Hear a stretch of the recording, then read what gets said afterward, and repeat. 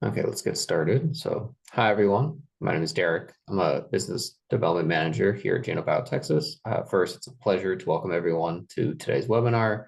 We're excited to have everyone here together for today's talk, which is titled Harnessing the Power of the Cre-loxP System, Benefits, Challenges, and Applications. Before we get started, I just want to quickly introduce GenoBioTX for those who might not be familiar. At GenoBioTX, so we're committed to advancing biomedical research by providing innovative and high-quality animal models that help accelerate the development of next-generation therapeutics. Our goal is to help bridge the gap between basic research and clinical application, and we're excited to share today insights that can help you achieve that. So for today's session, we're going to cover the following topics. So first, our speaker will introduce the Cre-loxP system that allows for conditional gene knockout, knockdown, and overexpression. They'll then cover the history of genetic recombination systems and how they enable precise control of gene expression.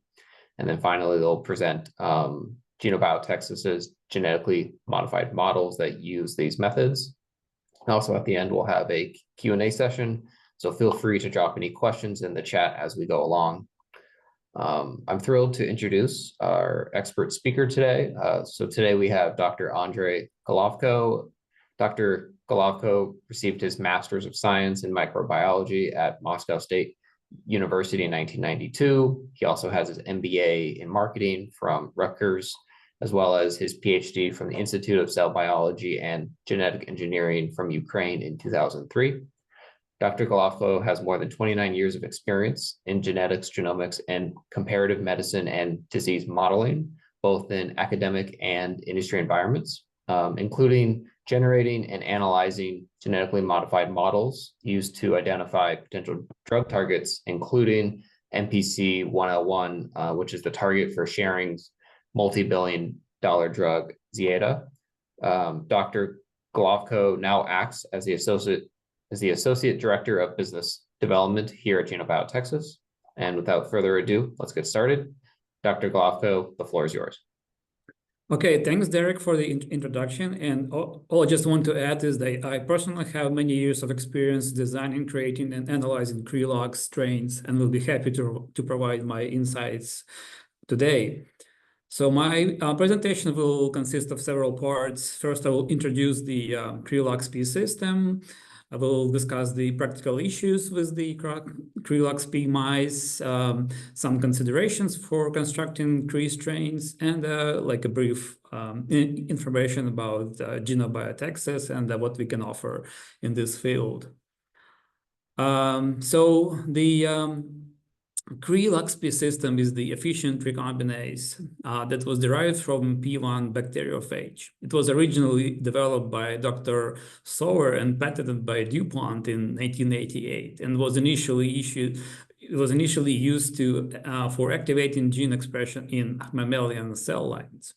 In 1994, the laboratories of Drs. Marth and Rajewski reported that the Cre-loxP system can be used for conditional gene targeting. And since then, the publications and the use of the system has dramatically increased.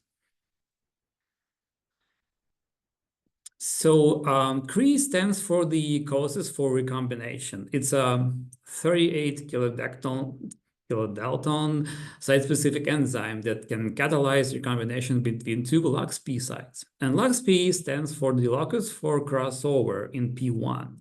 It's a 34-base DNA sequence, and it has a directionality. It has a palindrome sequences flanked the core sequence, and it's long enough to reduce the likelihood of producing identical sequences in the mouse genome. So the most commonly used feature of the system is deletion. So LoxP sites, when they're placed in the same orientation flanking a certain genetic element, and when exposed to Cre, can excise this element, and this is how we create deletion. So this is a single action. It's irreversible event. If we place the LoxP sites in the opposite orientation, we can actually create inversion. So it's a less commonly used feature, but it's still it has some very good applications. So it's actually reversible since the LoxP sites are not altered in this case. But some modified LoxP sites can be used to create non-reversible events. Also, the translocation, when the LoxP sites are on different chromosomes, and they can use to exchange like parts of those chromosomes. So the irreversible inversion was actually used quite often in the conditional gene trap alleles like 15, 20 years ago. So for Cre-loxP system to work, the pairs of the LoxP sites need to be identical. So to make the system more flexible, more versatile, there like multiple mutations and modifications were added to the LoxP sites. And for example, the LOX71 and LOX66 are used are mutant LoxP sites that are used to produce non-reversible inversions or translocations. So how does the system work? How does it apply in practice? So we can conditionally inactivate or activate gene expression in a tissue-specific or inducible manner. So another important term that we will use a lot in this presentation is the term floxed. It's basically a genomic element flanked by the LoxP sites. So there are several breeding steps that will be needed to produce a conditional knockout. A tissue, usually you will need to start with the tissue-specific Cre strain, and you will need to breed it with the homozygous or heterozygous floxed strain. So as a result of this first step breeding, you create a heterozygous flox strain, and another will have the allele with the tissue-specific Cre. The next step will be to actually use this double positive mouse and breed it with the regional homozygous or heterozygous flox strain, and this is how you create Cre positive and homozygous conditional knockout. That will, for example, in this case, the knockout will be in liver tissues. So for transgenic strain to be expressed conditionally, you will also need to use a Cre strain and breed it with the mouse that has a conditional expression of the gene of interest.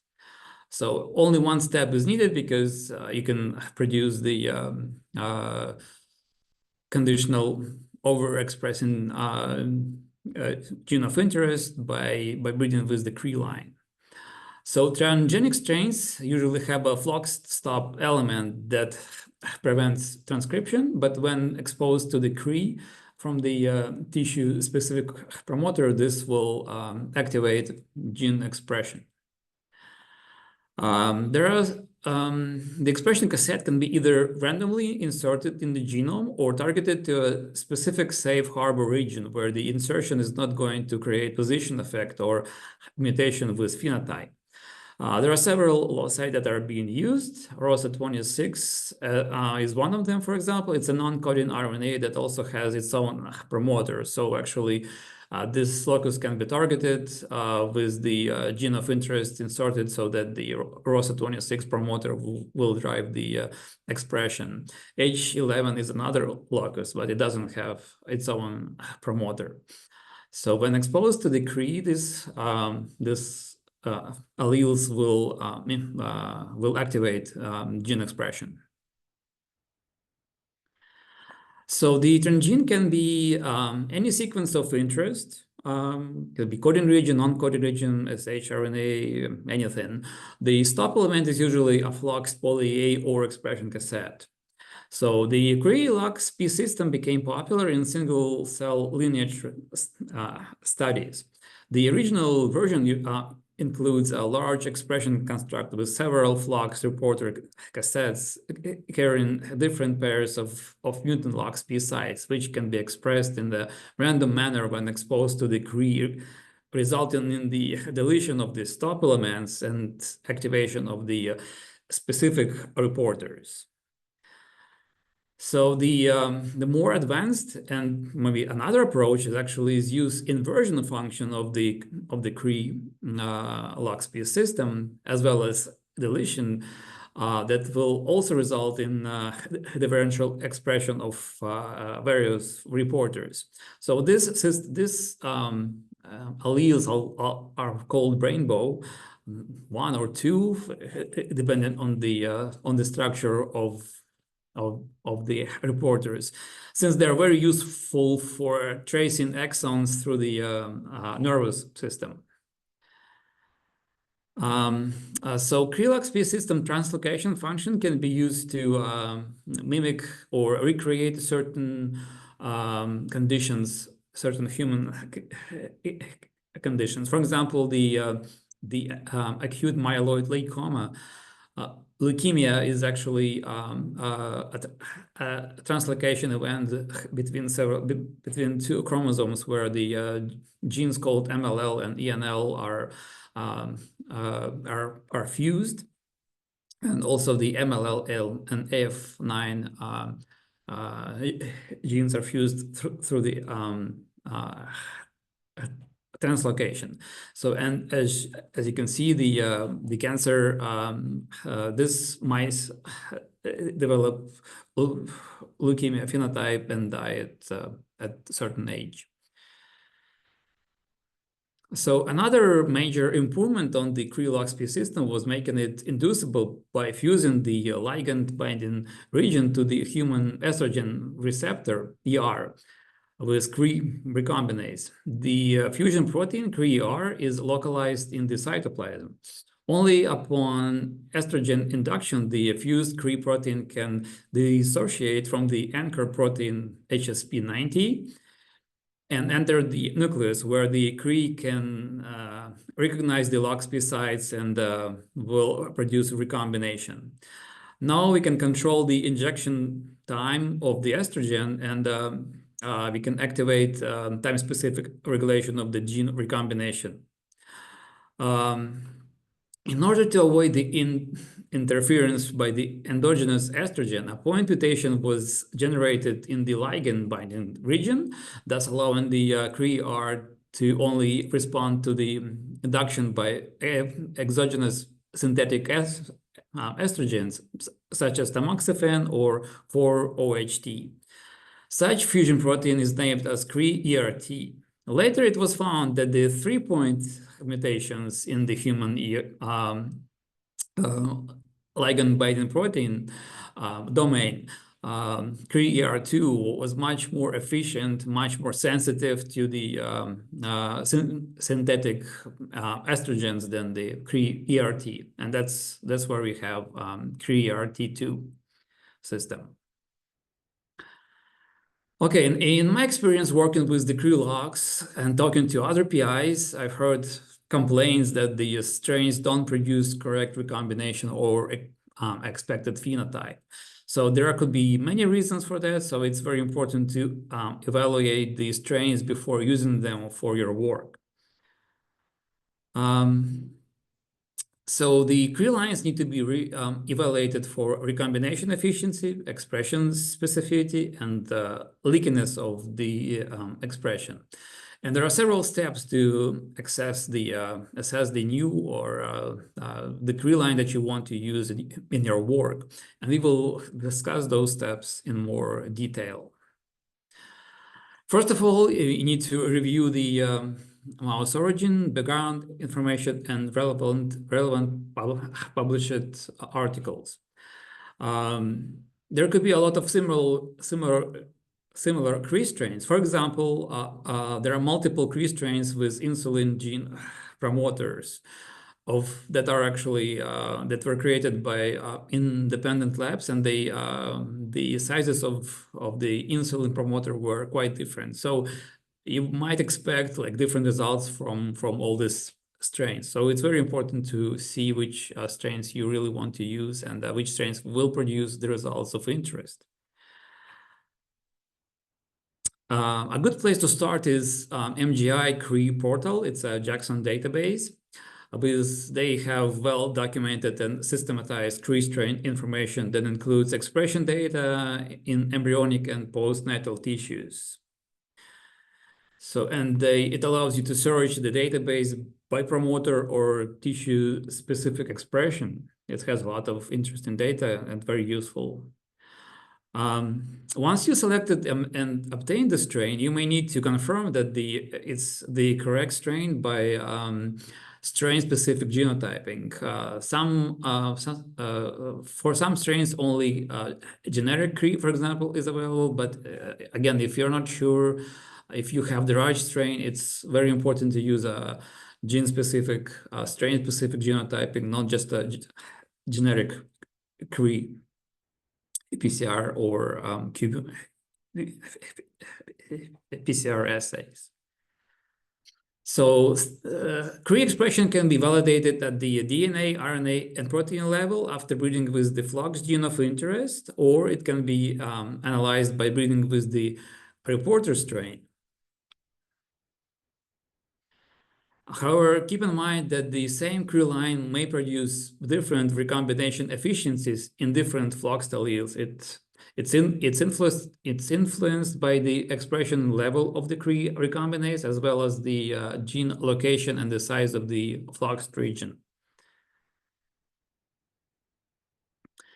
Reporter strains are a good means to confirm that the Cre is expressed in the right types of the cells and allows to check for the potential expression in reproductive system.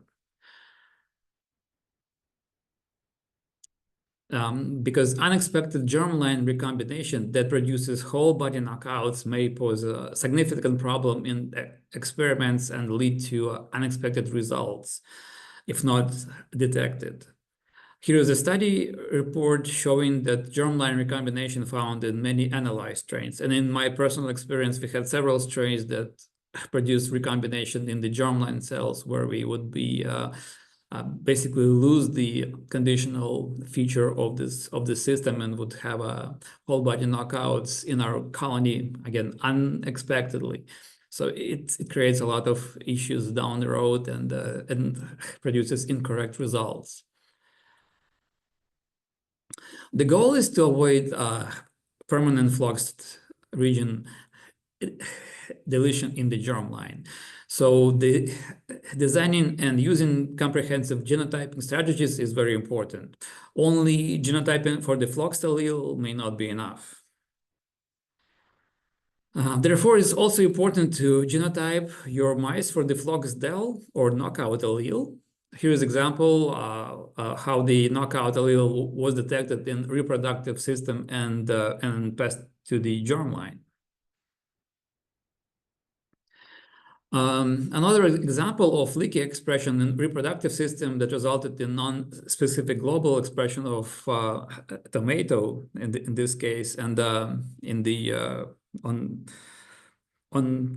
the left, and it's Cre-lox stop lox tomato littermate on the right.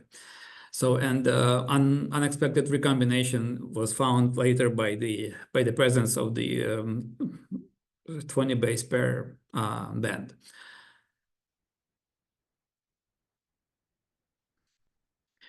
To remedy the leakage issues, you may need to avoid breeding the Cre positive flux mice of specific sex with known reproductive system Cre expression. For example, if you know that your males will probably express the Cre in the semen, in the reproductive organs, you may need to not use those and use females instead, or vice versa. Again, I've seen the strains that would pass the Cre expression in germline, and I always had to deal with those when I worked with mice.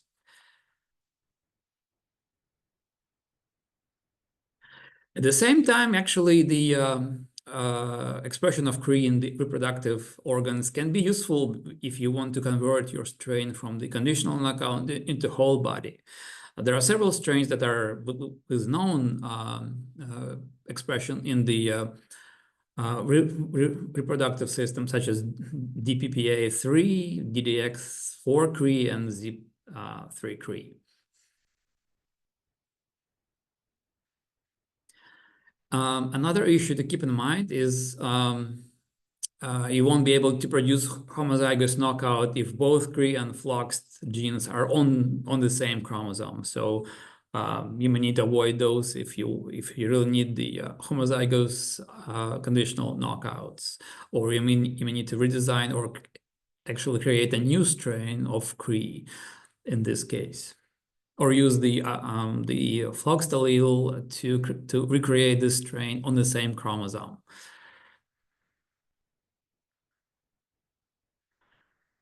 It's also common not to get Cre expression at all in newly produced strains. The only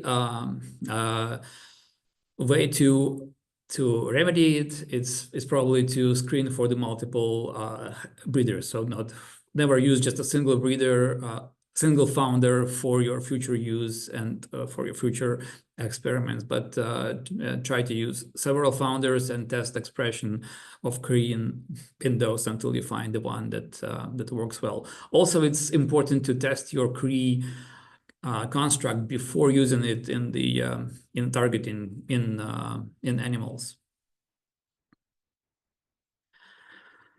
Cre mice typically don't require homozygosity. So heterozygous Cre strains usually enough for the Cre to be effectively expressing and causing recombination.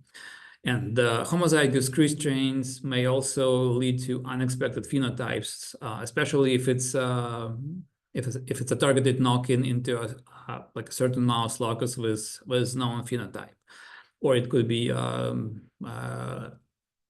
position effect that wasn't manifested in the heterozygous mice, but you may be able to see it in the homozygous mice.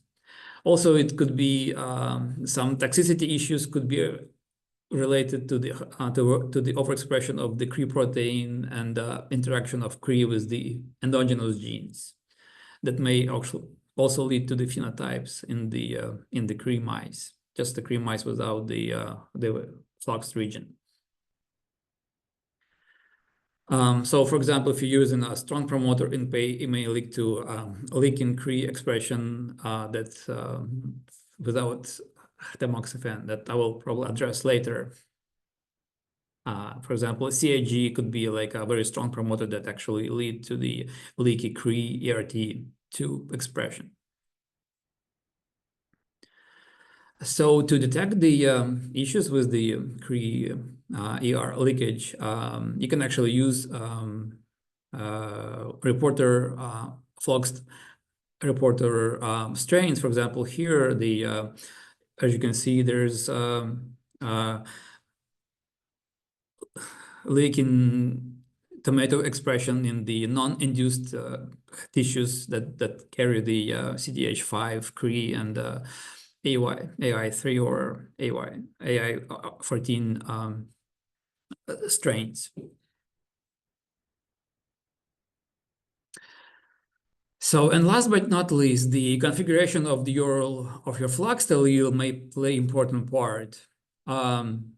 So you need to design the your allele so the LoxP is not insertion of the LoxP doesn't interfere with the normal gene expression.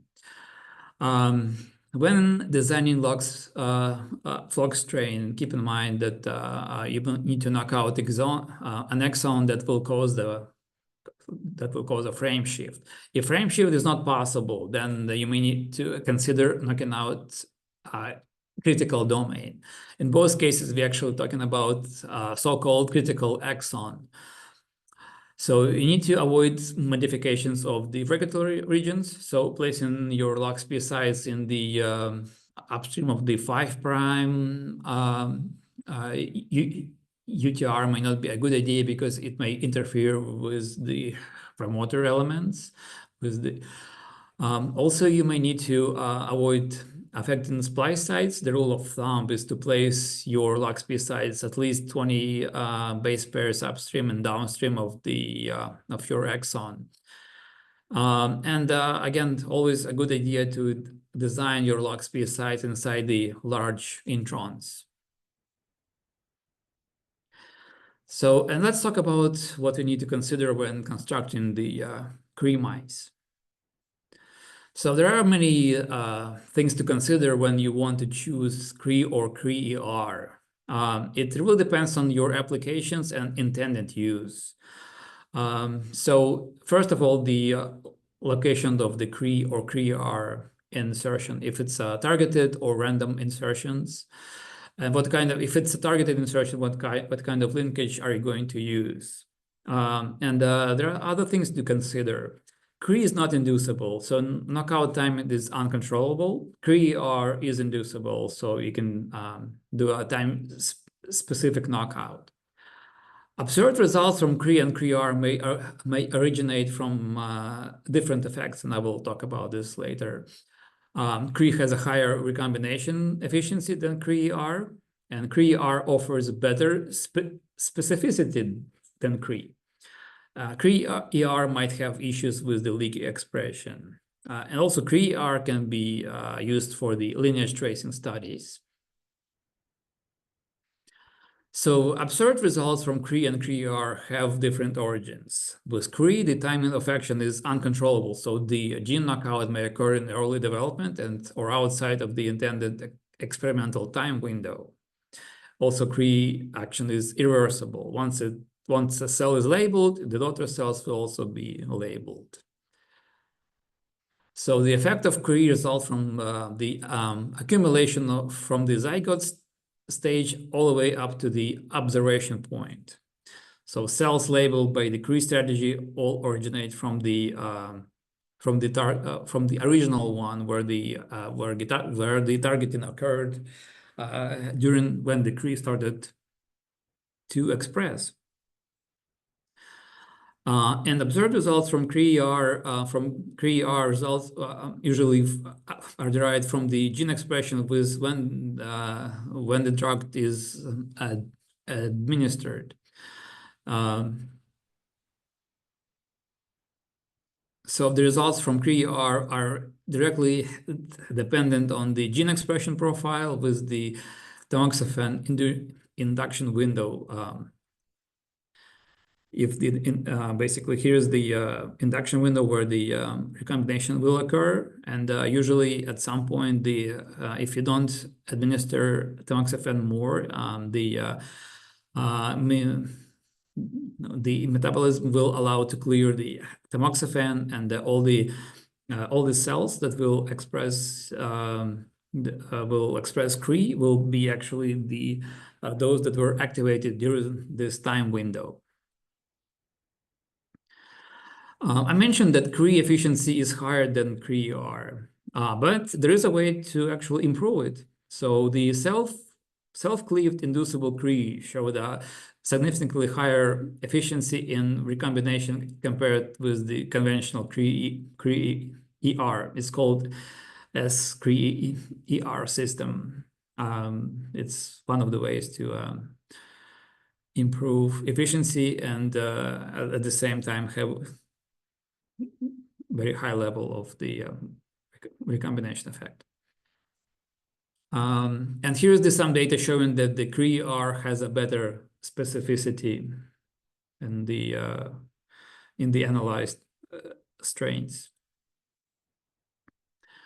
So for knocking alleles, location of the Cre insertion needs to be considered. Let's say if you can insert either upstream in the 5' region in the like maybe ATG part of the first exon of the first coding exon, but keep in mind that this insertion will create a probably a knockout mutation of your gene of interest. So if your gene of interest needs to be expressed at least at the same levels, then you may need to consider the strategy 2, where you insert the Cre or Cre-RT in the 3' region, right downstream of the right before stop codon, and you can use some kind of a linker. So this way your gene of interest will be intact and your Cre-ER will be expressed at certain level. Maybe not the same as the your gene of interest, but at least it will be done in the tissue specific manner.